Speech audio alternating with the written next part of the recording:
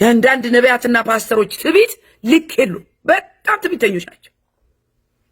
ጥሩ ስብከት ሲሰብኩ እኔ ሰበኩ አይነት ነገር፣ ጥሩ ቃል ሲያመጡ እኔ ያመጣሁት፣ ትንቢት ሲያመጡ እኔ ማስታወቂያ የሚሰሩብን።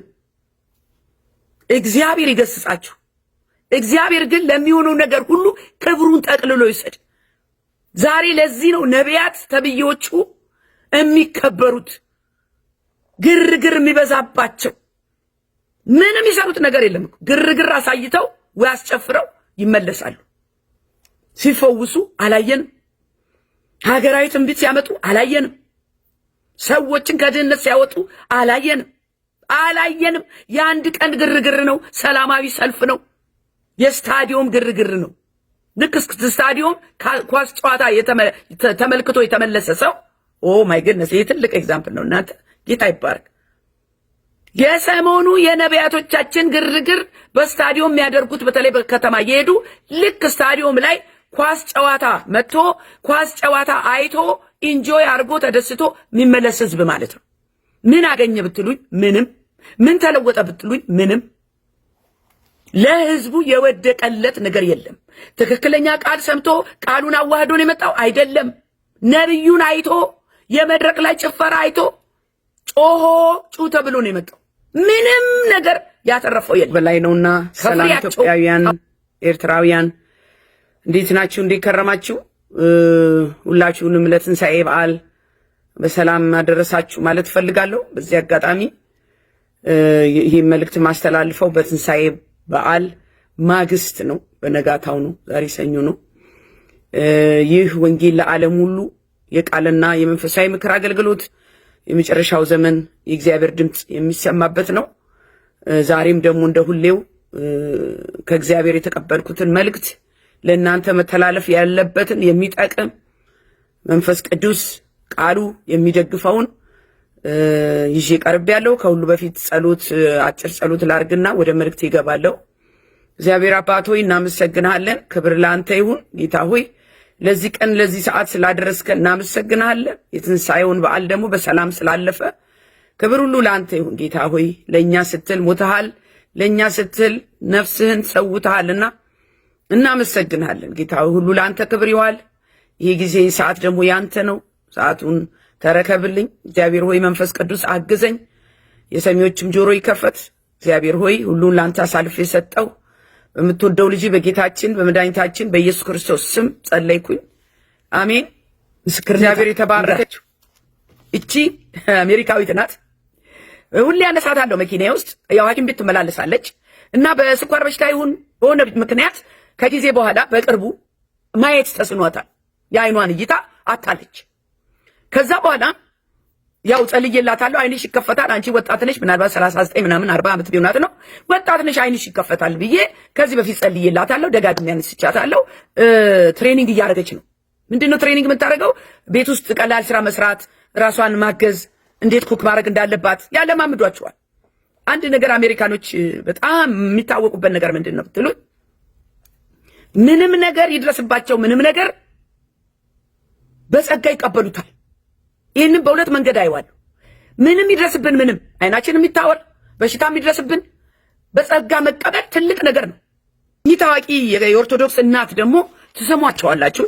በጣም ጥሩ ነገር ይናገራሉ፣ ተቀባይነት የሌለው ነገርም ይናገራሉ። ያው የኦርቶዶክስ ነገር ደብለቅ ያለ አይደለም። አንደኛው እውነት ነው፣ አንደኛው ደግሞ እውነት ያልሆነ ነገር ማለት ነው። ኦርቶዶክስ በመሆኔ አልጸድቅም አሉ፣ እካራውታለሁ። ኦርቶዶክስ በመሆኔ አልጸድቅም አሉ። በጣም ታዋቂ የኦርቶዶክስ እምነት ተከታይ ጳጳሶቹ ድረስ እየገቡ ሐሳብ የሚያማክሩ የሚገስጹ የሚመክሩ መሆናቸውን ከንግግራቸው አውቄያለሁ። ቪዲዮ አያይዛለሁ። ከኦርቶዶክስ እምነት ቤተክርስቲያን ውስጥ ከእርሶ ጋር የነበሩና አሁን እምነታቸውን ቀይረው ከቤቱ በወጡ ሰዎች ዙሪያ ምን ይላሉ ነው የተጠየቁት ጥያቄ። አንድ ነገር ልንገርህ፣ እኔ ነገር ያለው ከዛ ስም ብያለሁ። የወለድኩት ልጆቼ ሌላ እምነት ቢሄዱ ምንም ላደርጋቸው አልችልም። ምርጫ የነሱ ነው። እኔም ለራሴ ከልጅነት እስከ እውቀት የተቀበልኩት ሃይማኖቴ ስለሆነ እንጂ ይሄን ሃይማኖት በመከተሌ ኦርቶዶክስ በመሆኔ እጸድቃለሁ አይደለም። የሚጸድቀውን እግዚአብሔር ነው የሚያውቀው። ሰው ወደ ሌላ እምነት ቢሄድ ምርጫው የራሱ ነው። እንኳን ሌላ ሰው የወለድኳቸው ልጆቼ በሌላ እምነት ቢሄዱ የእነሱ እምነት ነው፣ ምንም ተቃውሞ የለኝም ካሉ በኋላ ኦርቶዶክስ በመሆኔ ይህን ሃይማኖት በመከተሌ እጸድቃለሁ ብዬ አይደለም አሉ። እቺ ትክክል ናት። ኦርቶዶክስ መሆን አያጸድቅም፣ ጴንጤ መሆን አያጸድቅም፣ ካቶሊክ መሆን አያጸድቅም። የሚያጸድቀው በክርስቶስ ኢየሱስ አምኖ መዳን ብቻ ነው። የሚያጸድቀኝ ስራዬ ነው፣ ተግባሬ ነው። ምን ሰራው ምን አረኩ እግዚአብሔርን ቃል ፈጽሜያለሁ ወይ ነው እንጂ ምንም የምለው ነገር የለም። እነኚህ የምትላቸው እንዴ ተናግሬያለሁ እኮ ከዚህ በፊትም ማን ነው እንዲወጡ እንዲባረሩ ያደረጋቸው? መጀመሪያ ደረጃ አሁንም እኮ ተባረው ዓለምንም ኃጢአታቸው ተወግዘው የትም ሃይማኖት ውስጥ ሳይገቡ እቤታቸው ቁጭ ብለው እያለቀሱ ፈጣሪን የሚለምኑ እኮ አሉ የኔ ወዳጆች ሆኑ። ይሄንንም አሁን እውነት ቅድስት ቤተክርስቲያናችን ልጆቿ እንድትመልስ ለምናለሁ፣ እጠይቃለሁ። ገና ቅዱስ አባታችንም ለምናለሁ። እሱ ሞክረዋል ምን ለመለስ አትጡ ቤታቸው ይወጡ እኮ አልፈለጉም። በጋሻው እንደሆነ የምትለው 7 ዓመት እኮ ቤት ቁጭ ብሎ አልቅሷል። ስም አልጠቀስኩም። ኧረ እኔ ብጠቅስ ምን ቸገረኝ? እሱ ነው አንዱ ቤት ቁጭ ብሎ 7 ዓመት አልቅሷል። 7 ዓመት አልቅሷል። ከ7 ዓመት በኋላ ነው የወጣው። ይኸውላችሁ የሚጸድቀውን እግዚአብሔር ነው የሚያውቀው አሉ። ስህተቱን ነው ደግሞ የምነግራቸው። መጽደቄንን ያውቃለሁ በክርስቶስ ኢየሱስ በማመኔ አሁን እኔ ጻድቅ ተብዬ ተጠርቻለሁ። እንዴ ክርስቶስ በሰራልኝ ስራ ጸድቄያለሁ፣ ኃጢአቴ ተሰርዞልኝ ማለት ነው። ይሄንን ነው ኦርቶዶክስ እርግጠኛ ያልሆኑት። ወደ ገነት ነው ወይስ ወደ ሲኦል ሲባሉ እሱን እግዚአብሔር ያውቃል ይላሉ። እናቴም ልክ እንደዛ አሉ። የሚያጸድቀውን እግዚአብሔር ነው የሚያውቀው አሉ። የሚያጸድቀኝ ስራዬ፣ ተግባሬ፣ ምን ሰራው ምን አደረግኩ ነው አሉ። ይሄ ደግሞ ሌላ ትልቅ ስህተት። ሰው በስራው አይጸድቅም። የሚጸድቀው ጌታ ኢየሱስ ክርስቶስ የእግዚአብሔር ልጅ እንደሆነ በልብ ብታምን በአፍ ብትመሰክር ትድናለህ ነው የሚለው። ክርስቶስን በመቀበል ነው ሰው ሚድነው። የመዳኛው መንገድ አንድ ነው፣ ኢየሱስ ክርስቶስን የግል አዳኝ አድርጎ መቀበል። እዚህ ላይ አርሞታለሁ እናቴ። አሁንም ሳይረፍድ በጌታ ኢየሱስ ክርስቶስ አምነው መጽደቆትን ያረጋግጡ። እኛ በስራ ምንም የፈለገ ስራ ብንሰራ መጽደቅ አንችልም። አሜሪካኖች ነገር እኔ ዳያሊሲስ ሰው ወስዳቸዋለሁ። የኩላሊት ተጠበጥ በሳምንት 3 ጊዜ አስቡት። አንዳንዶቹ ጂም የሚሄዱ ነው የሚመስሉት። ስፖርት ቤት ባጋላቸው ጣጣጣ ይላል። መኪናው ሲገባ አንድ ቀን ሲያማርሩ አልሰማ። በሽተኛም አይመስሉ። ለምን? ተቀብለውት ማለት ነው። ይሄ ትልቅ ጸጋ ነው። የሆነውን ነገር ተቀብሎ ምንም እንዳልተፈጠረ ኖርማል ላይፍ ባለው መኖር እያመሰገኑ ታንጋድ ነው የሚሉት። ነገር ግን የሚጎዳው ምን መሰላችሁ? የደረሰብንን ነገር ወደ እግዚአብሔር ጮኸን ማስመለጥ እንችላለን። ጌታ ሆይ ፈውሰኝ ማለት እንችላለን። ወይ ደግሞ የደረሰብን ነገር በእግዚአብሔር መንገድ እኔና እናንተን ከጥፋት ሊመልስ መቼም እግዚአብሔር ሳያውቅ የሚታመም ሰው የለም። መልእክት ካለውም ከእግዚአብሔር ጋር መነጋገር አለብን። ይህን ጎሏቸዋል አሜሪካኖች። ጩሁ ወደ እኔ ነው የሚለው። ጠይቁኝ እመልሳለሁ፣ አንኳኩ ይከፈታል፣ ፈልጉኝ ታገኙኛላችሁ ነው ያለው። በዚህ ነገር አሜሪካኖች ማረኝ ብለው አንኳኩ። ጠዋትና ማታ ማረኝ ጌታ ሆይ ብለው አያማርሩምም፣ ጥያቄም አይጠይቁ። በዚህ ያጎላሉ። የደረሰባቸውን ነገር ግን ተቀብለው በደስተኝነት መኖር፣ እንደ ሁኔታው መኖር አሜሪካኖችን የሚያክላቸው የለም። ኢንጆይ ያርጋሉ። ከዛቺ ሴት አይነ ስውር ናት እንዳልኳችሁ፣ ትሬኒንግ ስልጠና እየወሰደች ነው። በ4 ወሬ ጠፍታለች። አገኘኋት፣ ገባች መኪና ውስጥ ማለት ነው። እንደገና ምናምን ተባባልን፣ ደስ አለኝ። እኔም እንደገና ሳያት እንዴ አይንሽ አልበራም ወይ እስካሁን? ጌታ እኮ አይንሽን ያበራል ምናምን አልኳት። አይ አልበራም። አይ ጸልያለን ዛሬ መላላ። አይ እኔ አይኔ ይብራ ብዬ አልጸልይም አለች። ዋት በጣም ገረመኝ። አይኔ ይብራ ብዬ አልጸልይም ለምን አልኩ፣ ደነገጥኩኝ። እኔ እኮ እግዚአብሔር አይኔን እይታዬን ባያሳውረኝ ኖሮ ጠፍቼ ነበረ ወይ መቼ ነበረ፣ በጨለማ ነበርኩኝ ህይወቴ። ይህንን መረዳት መንፈሳዊ ነው የምነግራቸው። እግዚአብሔር ህይወቴን ለማትረፍ ሲል አይኔን አሳወረ። እሱ ብቻ አይደለም። አሁን አይነ ስውር መሆን ለካ የውስጠኛ አይን አለ። የውስጠኛ አይኔ የሚያሳየኝ ነገር ከእውነተኛው አይን በልጦብኛል። አሁን በጣም እንጆይ እያደረኩ ነው። እውርነት ተስማምቶኛል አለች። እንዲህ አይነት ነገር አይታችሁ ሰምታችሁ ታውቃላችሁ? ጌታ ሆይ አይኔን አብራ እይታዬን መልስ ጠዋትና ማታ። ግን መንፈሳዊ መረዳታችን በጣም ወሳኝ ነው። እቺ ሴት መንፈሳዊ መረዳቷ እውርነት ይሻለኛል አለች። ምን አለች? ከብዙ ሰዎች ጋር እገናኛለሁ፣ የልቤ ደግነት ተለወጠ፣ የውስጠኛው አይኔ ተከፈተ፣ እግዚአብሔር የሚያሳየኝ ነገር በውስጠኛ አይኔ በለጠብኝ። ስለዚህ እሱ ነው ሳይቴን ማየቴን የወሰደው እሱ ነው። እሱ ራሱ ይመለስላት አሁን ያስፈልግሻል ብሎ ከመለሰልኝ መለሰልኝ። ሳልጠይቀው ነው እይታዬን የወሰደው። አሁንም እሱ ሳልጠይቀው ለእኔ የሚያስፈልገውን ያውቃል፣ ይመልስ ይይዛል አለች። ይገርማል። ብቻ መስማት ጥሩ ነው። ሌላው ደግሞ አንድ ቄስ ምን ይላሉ? የሆነ ጠብታ ከማርያም ያመጣሁት ከስዕሏ የተንጠባጠበ ነው፣ ከኦሪጂናሉ የተንጠባጠበ ነው አምጥቼዋለሁና ወደ ጃሪካን ጨምሩትና ህዝቡ ይዳረሰው ይላሉ። እንግዲህ ከማርያም ስዕል ላይ ደም ተንጠባጥቦ ይሁን ዘይት ተንጠባጥቦ ይላሉ። በየጊዜው እየቀያየሩ አንዴ አላባት ይላሉ፣ አንዴ ደም ወጣት ይላሉ፣ አንዴ ዘይት ፈሰሳት ይላሉ፣ አንዴ አለቀሰች እንባ ወጣት ይላሉ። እማይሉት የለም። በስዕል ላይ የሚደረገውን የማርያም ስዕል የፈረደባት ማርያም እንደ ጣዖት የፈለጉትን የሚያስፈጽሙት በማርያም ስዕል ላይ ነው። ታዲያ ይህንን ሲሉ እኚህ ካህን ይህን ሲሉ አንዲት የኦርቶዶክስ ወጣት ያለችው ነው የምነግራቸው። ይሄ ኦሪጂናሉ ነው። ከስዕሏ ላይ ጠብ ጠብ እያለ በእንዲህ መልኩ ተጠራቅሞ ነው 3 አስረክብ ያለው ጀሪካን ውስጥ ተጨምሮ ሰውም ተሰልፎ ቢሆን ሳያገኝ እንዳይሄድ ያው አስረክብ። ለመሰለም እጄን አንስቻለሁ። እስልምና ለመቀበል እጄን አንስቻለሁ። ወስኛለሁ። ዛሬ የመጨረሻ ቪዲዮ ነው የሚሰራው። ከምን ጎርናችሁ እናንተ? ከማርያም ሲል እንዴት ደም ጠብ ጠብ እያለ ይወጣል? ሲል ማለት እኮ ወረቀት በቀለም እየተቀባ ነው። የእጃችሁ ስራ ነው፣ የእጃችሁ ስራ ነው። የምን ጎርናት እንቱም እናንተ ሁሌም ማርት እንደሰራችሁ ነው የምትኖሩት እናንተ። ይሄ ቪዲዮማ ወደ እስልምና መድረስ የለበትም። የሆነ ወንጌል እንዴት ነው የምትሰብኩት ነገር? ከማርያም ሲል የሚወጣውን ደም ለመቀባት ነው ያለና ወንጌል ምን ሰብከው? ወይስ ኢየሱስ ጌታ ነው ማለት ምን ይችላል?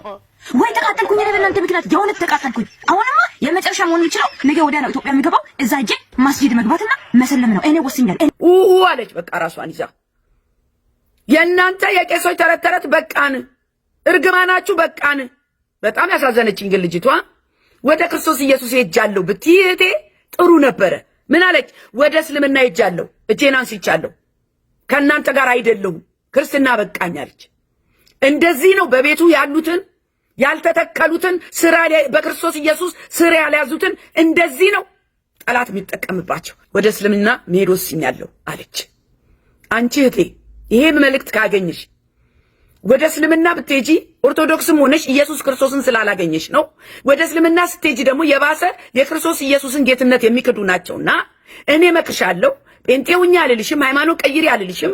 ዝም ብለሽ መጽሐፍ ቅዱስን አንብቢ፣ ጊዜ ውሰጂ፣ ከኢየሱስ ክርስቶስ ጋር ተጣበቂ፣ ተዋወቂ፣ ነፍስሽን ታድኛለሽ።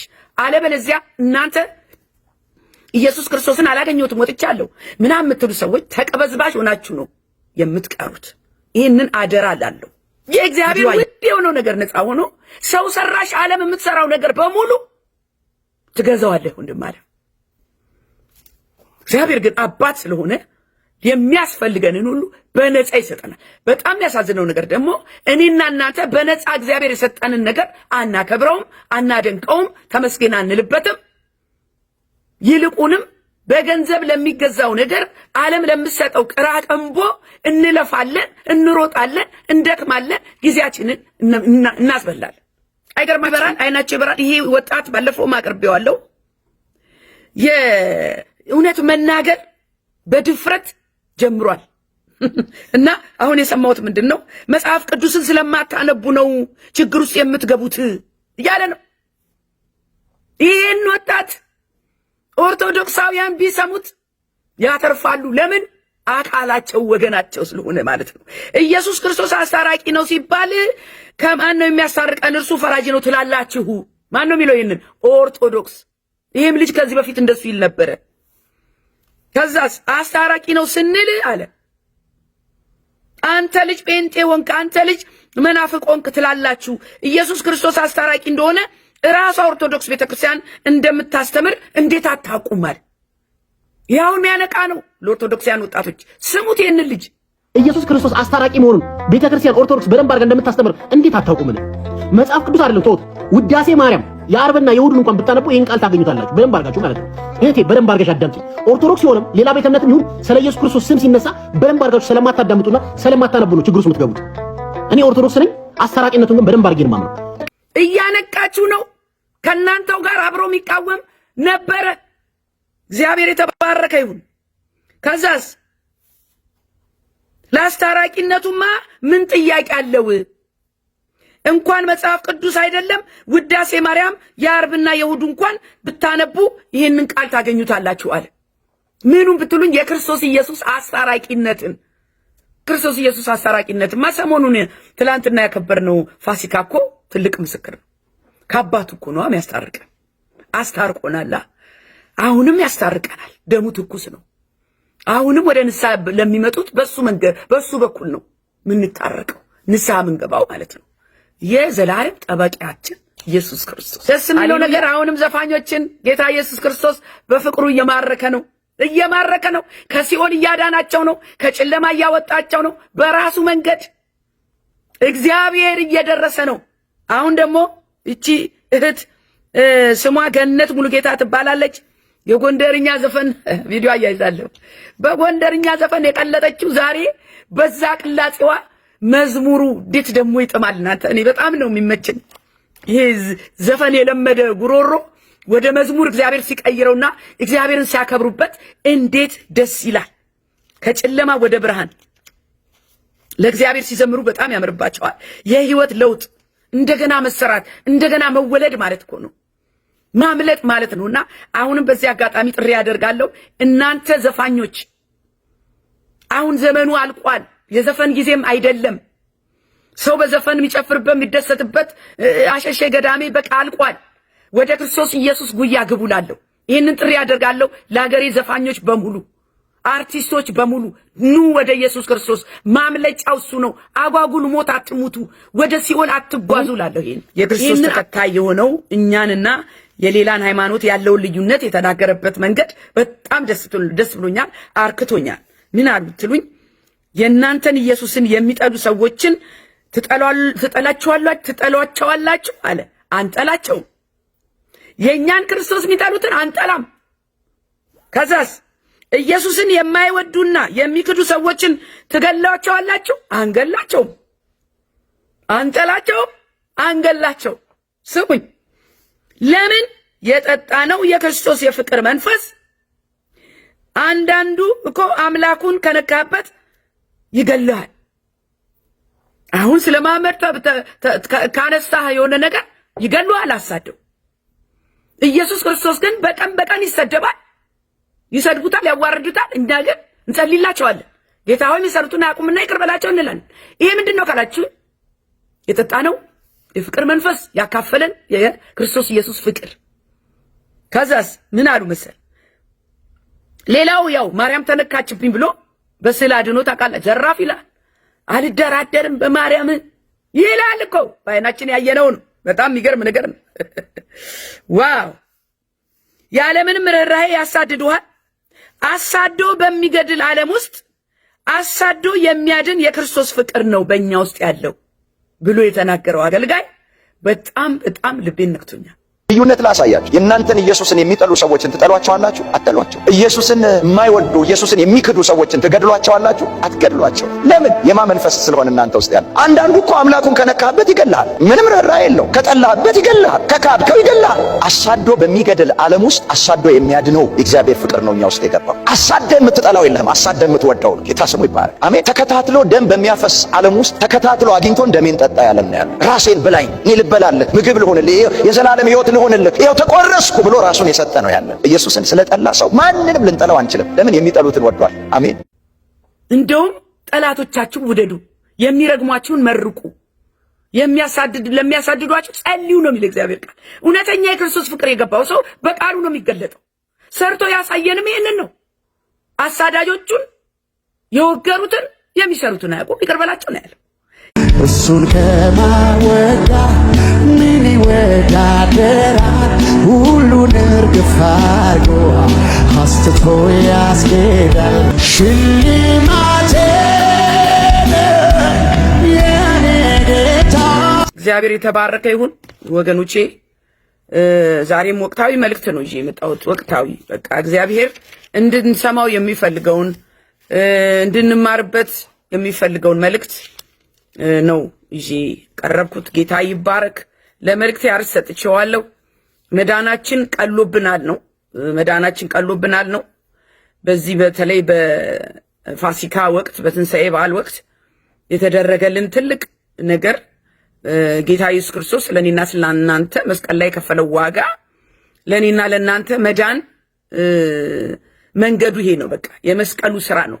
ይህንን ደግሞ የመስቀል ስራ የህይወት ዋጋ ተከፍሎልን ያገኘነው መዳን የቀለለብን ይመስለኛል እንደ ሁኔታው ማለት ነውና የመዳንን ዋጋ ማወቅ ከእግዚአብሔር ጋር የበለጠ እንድንጣበቅ እግዚአብሔርን የበለጠ እንድናከብር እግዚአብሔርን የበለጠ እንድንፈልገው ያደርገናል።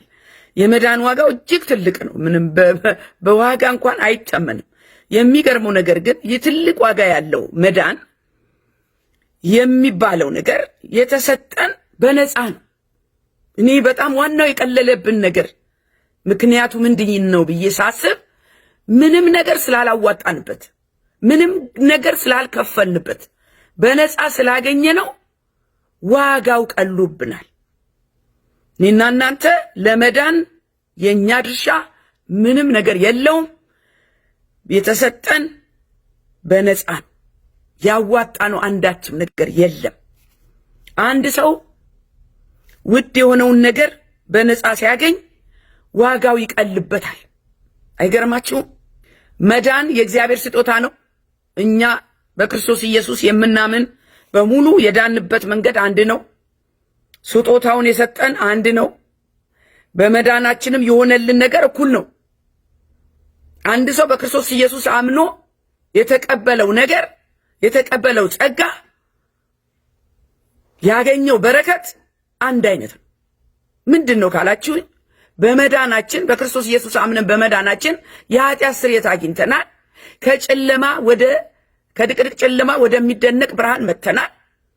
ከጥሉ ግድግዳ ፈርሶ ከእግዚአብሔር ጋር ታርቀን የእግዚአብሔር ልጆች ተብለናል። ይህ ሁሉ በምንድን ነው? በመስቀሉ ሥራ በመዳን።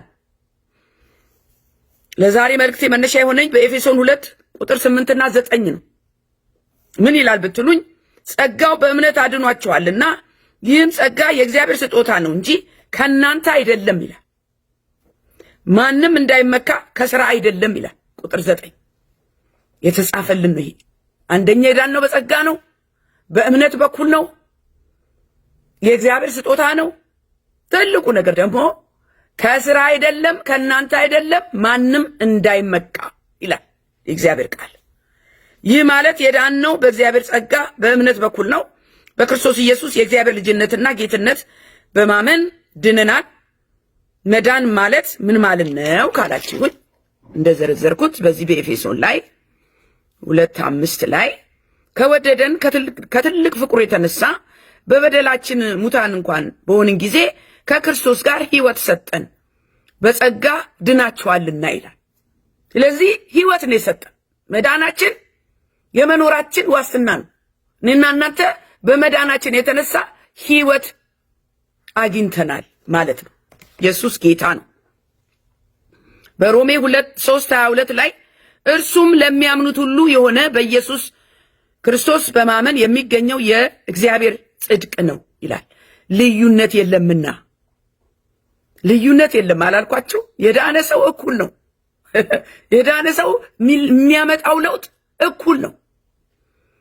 ስለዚህ ዛሬ በዘመናችን እኔና እናንተ ክርስቶስን እናውቃለን ድነናል ብለው እየተገለጡ ያሉት አንዳንድ የማይጠበቁ የሚያስደነግጡ ነገሮች ካልዳኑት ነው። ድኛለው ክርስቶስን ተቀብያለሁ ያለ ሁሉ አልዳንም። ቤተ ክርስቲያን የመጣ ሁሉ አልዳንም። በትክክል የክርስቶስ ኢየሱስ ፍቅር አልገባው።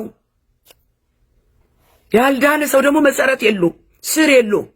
የሆነ ንፋስ ሲመጣ ያው በአሸዋ ላይ እንደተመሰረተ ቤት ይወድቃል ማለት ነው። ቁጥር 23 ሁሉ ኃጢአትን ሰርተዋልና የእግዚአብሔርም ክብር ጎሏቸዋል ይላል። ይሄ ምንድነው? ከመዳን በፊት ሁላችንም በኃጢአታችን የተነሳ ከክብራችን የጎደልን ነበርን። ኃጢአተኞች ነበርን በአዳም የተነሳ የእግዚአብሔር ክብር የጎደልን። ስለዚህ በመዳን ከውርደት ወደ ክብር ነው የመጣን። ይሄ በጣም ደስ የሚል ነገር ነው። በነፃ እንደው በነፃ ነው የዳንኩት፣ እንደው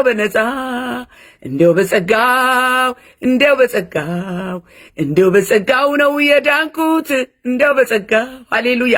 በጸጋው ያዳነን የነፃ ስጦታ የሰጠን ጌታ ስሙ ይባረክ። ቁጥር 4 በኢየሱስ ክርስቶስም በሆነው ቤዛነት በኩል እንደው በጸጋው ይጸድቃሉ ይላል። ስሙኝ፣ መዳን በገንዘብ አይገዛም፣ በሰው ዕውቀት አይገኝም፣ ከቤተሰብም አይወረስም። መዳን የሚገኘው በክርስቶስ ኢየሱስ በኩል በነፃ ነው። በጉቦ የለም። ሰርቻ ያመጣሁት ከኪስ ያወጣሁት የለም። ምንም አስተዋጽኦ አላደረክም ወንድም አለም። በስራ መዳን አይገኝም። የዳነ ሰው ግን በስራው ይገለጻል። እዚህ ጋር ነው በጣም የሚምታታብን። በስራ መዳን አይቻልም። ነገር ግን የዳነ ሰው በስራ ይገለጣል። የዳነ ሰው ስራው ፍቅር ይሆናል፣ ለእግዚአብሔር ነገር ይተጋል፣ በመልካም ነገር ይገለጣል፣ ለውጥ ያመጣል። ትራንስፎርሜሽን ነው። የዳነ ሰው ለውጥ ማምጣት አለበት። በድሮ ማንነቱ ቁጭ ብለ ከእግዚአብሔር ያልሆነውን ነገር እየሰራ እየተሳደብ ድኛለሁ ብትል አይሰራም ወንድም አለ። ስለዚህ በእግዚአብሔር ጸጋ እንጂ መዳንን ጥረህ ግረህ አታመጣውም ወንድም አለ በፍጹም። ነገር ግን ከእግዚአብሔር በነፃ በተቀበልነው ነገር ላይ ዋጋው ቀሎብናል ብዬ አምናለሁ። እኔ አላከበርነውም፣ መዳናችንን አልጠበቅነውም፣ አልተጠነቀቅንለትም። እንደገና በባርነት ተይዘናል። ለምን ብትሉኝ በትክክል ያልዳነ ሰው የክርስቶስ ፍቅር ያልገባው ሰው ወደ ኋላ ይመለሳል። ወደ ቀድሞ ማንነት፣ ወደ አሮጌ ማንነት፣ ወደ ጨለማ ይመለሳል። ያንን ይናፍቃል። እናንተ ፍጹም የዳነ ሰው እኮ ወደ ኋላ ዞር ብሎ እንኳን አያይም። ያልገባው ከፊቱ ያለው የገባበት እውነት ያገኘው የመዳንን ዋጋና ጥቅም ጣዕም ያላወቀ ሰው ያለፈ ህይወቱን ይመኛል። በእግዚአብሔር ቤት ሆኖ ባለፈ ህይወቱ ባሮጌ ማንነቱ የሚመላለስ ሰው አለ። ያ ምንድነው ካላችሁ የመዳን ጣዕሙ ያልገባው ሰው። አይገርማችሁ? ይህ ነገር በጣም ግልጽ እየሆነልን የመጣው ቤተክርስቲያን ውስጥ በእኔና በእናንተ መሃል ጆሮን ጭው የሚያደርግ ነገር እየተገለጠና እየሰማን ያለ ነው በትክክል ባልዳኑ ሰዎች ላይ ነው። በሁለተኛ ቆሮንቶስ 6:1 ላይ አብረንም እየሰራን የእግዚአብሔር ጸጋ በከንቱ እንዳትቀበሉ ደግሞ እናምናለን ይላል። አንዳንድ ጊዜ ደግሞ በእግዚአብሔር ጸጋ እንታበያለን። እናታ ስንድን ያው ጸጋ እንቀበላለን፣ እንቀየራለን፣ ኃይል እንቀበላለን። የሆነ በዓለምኛ ዕውቀት ማናመጣው ዕውቀት ጥበብ ይገባብናል፣ የክርስቶስ መንፈስ ይገባብናል። መንፈስ ቅዱስ በእኛ ውስጥ ሆኖ ይሰራል። ከዛ ምን ይመጣል ብትሉኝ እኔ ያመጣሁት መንፈስ ይመጣል። ወይም ደግሞ እግዚአብሔር አንተ ጥሩ ስለሆንክ፣ አንተ ጨዋ ስለሆንክ፣ አንተ መልካም ሰው ስለሆንክ የተሾምክ ይመስልሃል በቤተ ክርስቲያን ውስጥ። ኖ ጸጋ መቀበል ከአንተ ማንነት ጋር በፍጹም አያያዝም። እንደውም እግዚአብሔር ክፉ የነበሩትን የጠፉትን ለክብሩ ሲል በዓለም ጨለማ የነበሩትን በዲያብሎስ እስራት የነበሩትን ነው ነፃ አውጥቶ አጥቦ አጽድቶ ለቤቱ ክብር የሚያበቃው።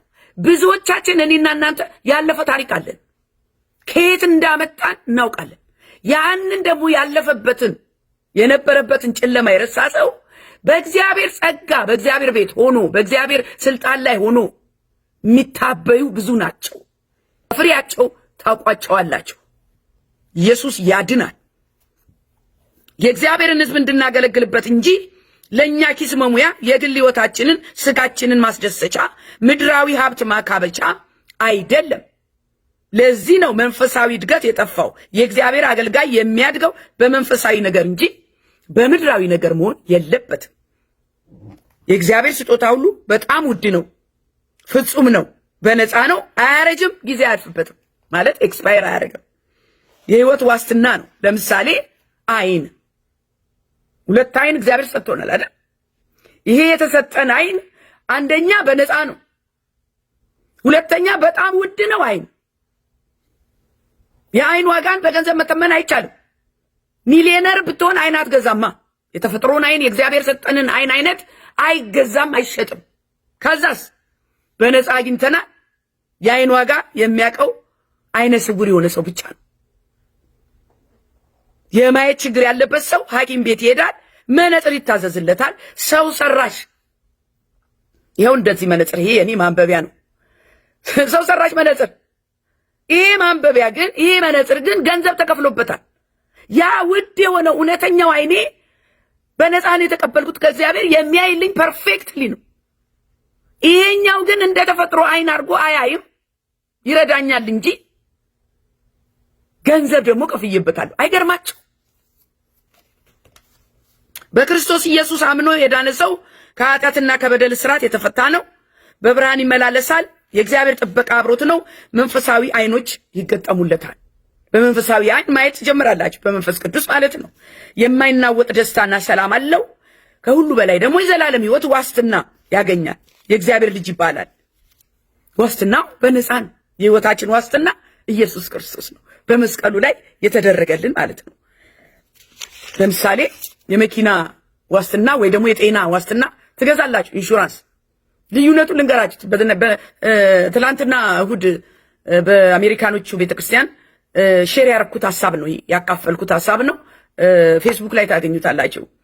የመኪና ኢንሹራንስ ስትገዙ አንደኛ ፉል ታይም ነው ወይ ፉል ከቨሬጅ ነው ወይስ ላያቢሊቲ ይባላል። ፉል ከቨሬጅ ማለት እናንተ አደጋው ሲገጥማችሁ የእናንተ ጥፋትም ይሁን የገጪው ጥፋት መኪናችሁ የሁለታችሁም ከቨርድ ይሆናል።